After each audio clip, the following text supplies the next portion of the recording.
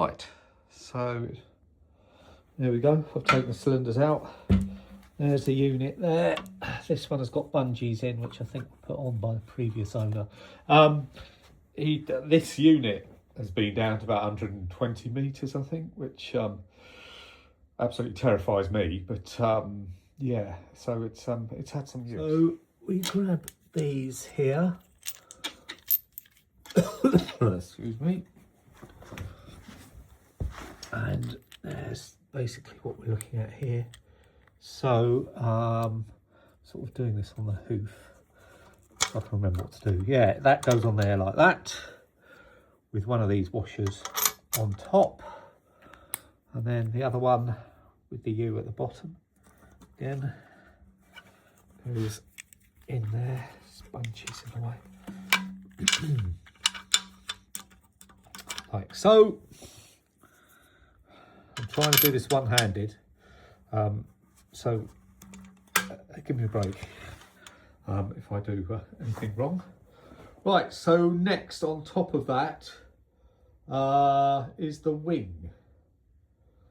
Yeah, the wing goes on first. Right, so I'm now feeding the diluent side through. So they go through these bungees, which obviously aren't factory, but I think they're a good idea. Again, as I say, I'm not super experienced with this yet. So these I quite like having quite high up, because otherwise they can drag on the bottom and get scratched. So yeah, that single LP goes up to the manifold, and then you've got 3 hoses off.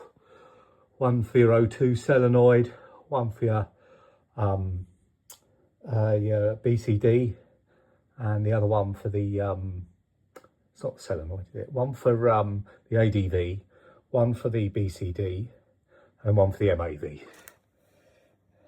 There we go. And then this is obviously the high pressure gauge. Okay. So I've attached that under there, down to there, and obviously, as I said, now we've got the O2 side. We can do the same thing. So we've got 2 hoses off this one.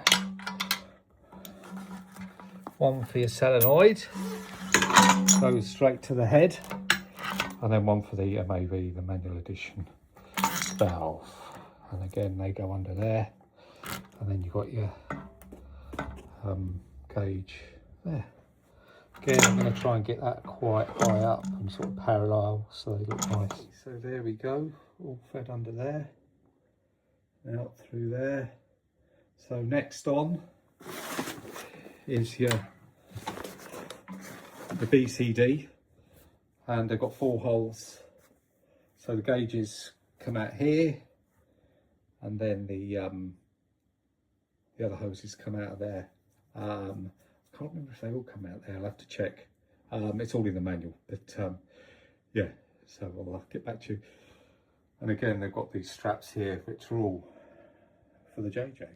So looking at the manual, it says the 2 should come out of this hole, but originally the JJ didn't have a flow stop, so I've just left the flow stop one coming out the top, and then according to the manual, this goes down to the MAV through the hole, and the solenoid just goes through there at the back without going through that hole. And as you can see, there's the bits. I'm sure you know if you drive the JJ. Yeah, so that's that. Next up, counterlung. So yeah, I've tightened them up. I like to leave them straight up like that, so if they do go loose, I know that they've gone loose. Do tie them up occasionally.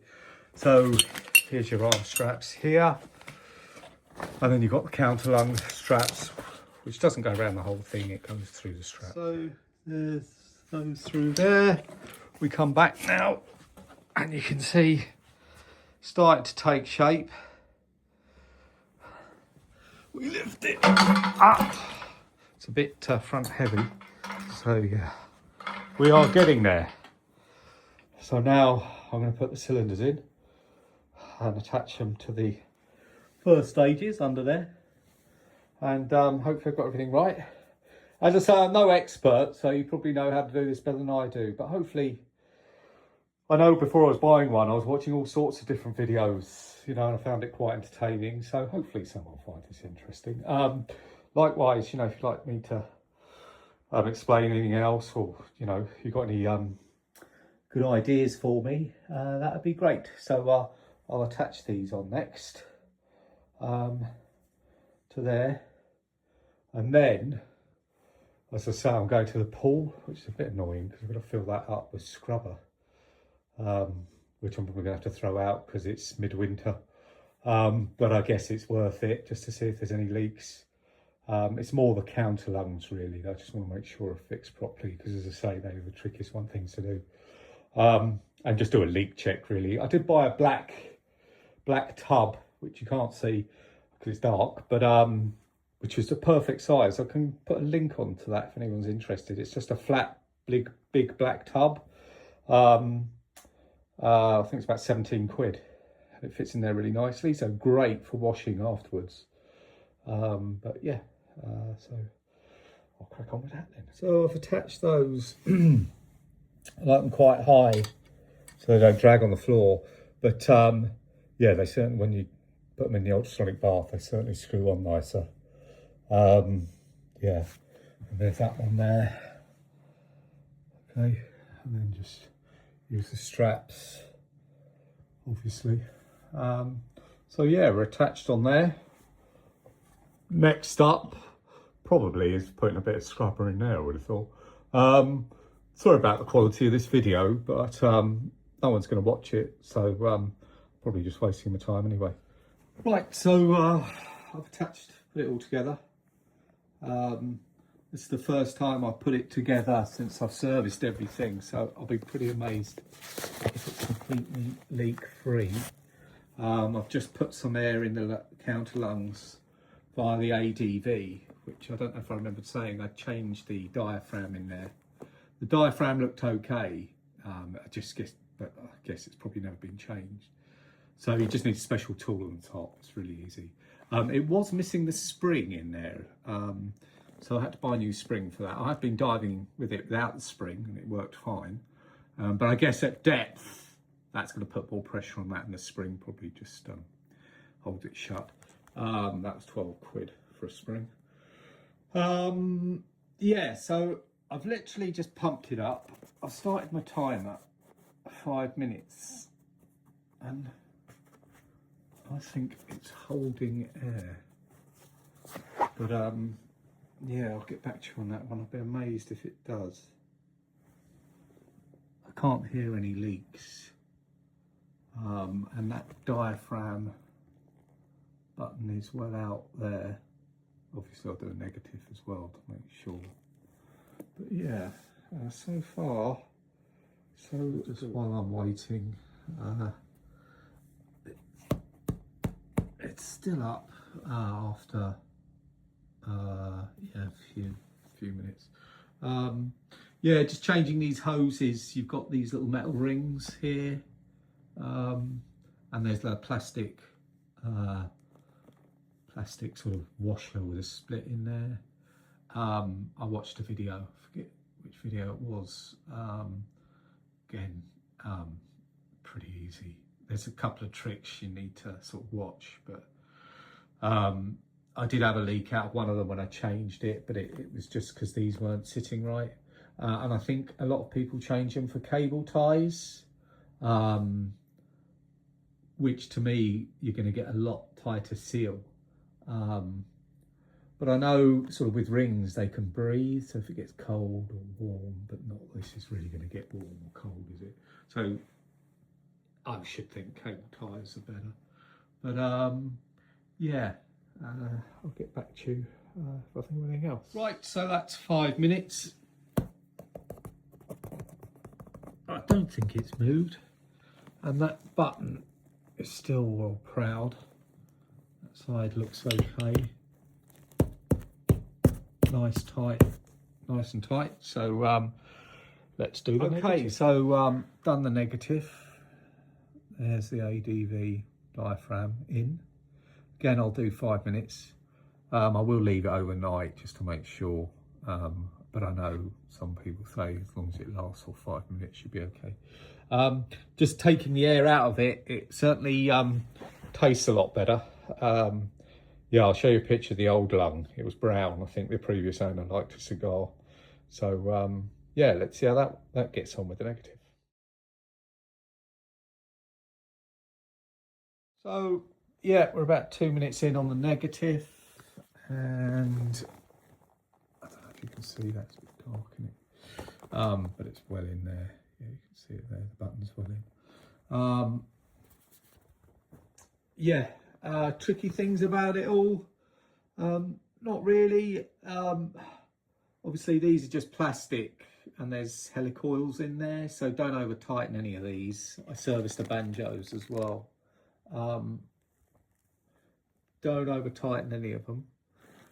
In those plastic, there's no ring to seal it, so nothing needs to be super tight. I have heard stories about people sort of unscrewing the helicoils in there. But yeah, so I did the banjos as well, didn't tell you that. But it's all pretty easy. So the actual O-ring kit, I think, was about 40 quid. But that didn't include the DSV and the flapper valves. The flapper valves weren't cheap. It didn't include the ADV diaphragm, and it didn't include the counter lungs. Now, I know you can take us to Rebreather, I forget the chap's name, he's a nice guy, Rebreather Pro Diving, and he services them for 305 quid, I think. And after doing it, and I've spent, well, if you just, the parts that he would, because that includes the parts, so he obviously doesn't include counter lungs or anything like that, but that's 100 quid in parts, that includes the first stages. So really you're paying him 200 quid to service it, and depending on how much you value your time, that is probably a good deal, because I found it quite a lot of work. But I enjoyed it, and my son's just gone to uni, so I've got plenty of spare time. But yeah, to be honest, 305 quid seems a bit of a bargain. Yeah, so depending on how much time I've got next year or the year after, I may think I suppose it's the postage as well, getting that up to him, you've got to think about that. But just, yeah, we're still good on the negative. It was holding on the negative for about 3 minutes. Then there was some movement in that diaphragm. So I tried it again. I've just taken the weight off these hoses. There's no scrubber canister attached, so I don't know if that's sort of sealing properly. But I replaced those, and to be honest, these weren't a great fit in here. Obviously changed the O-rings and everything. But let's see.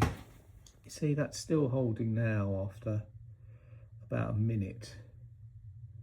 So yeah, I'll get back to you.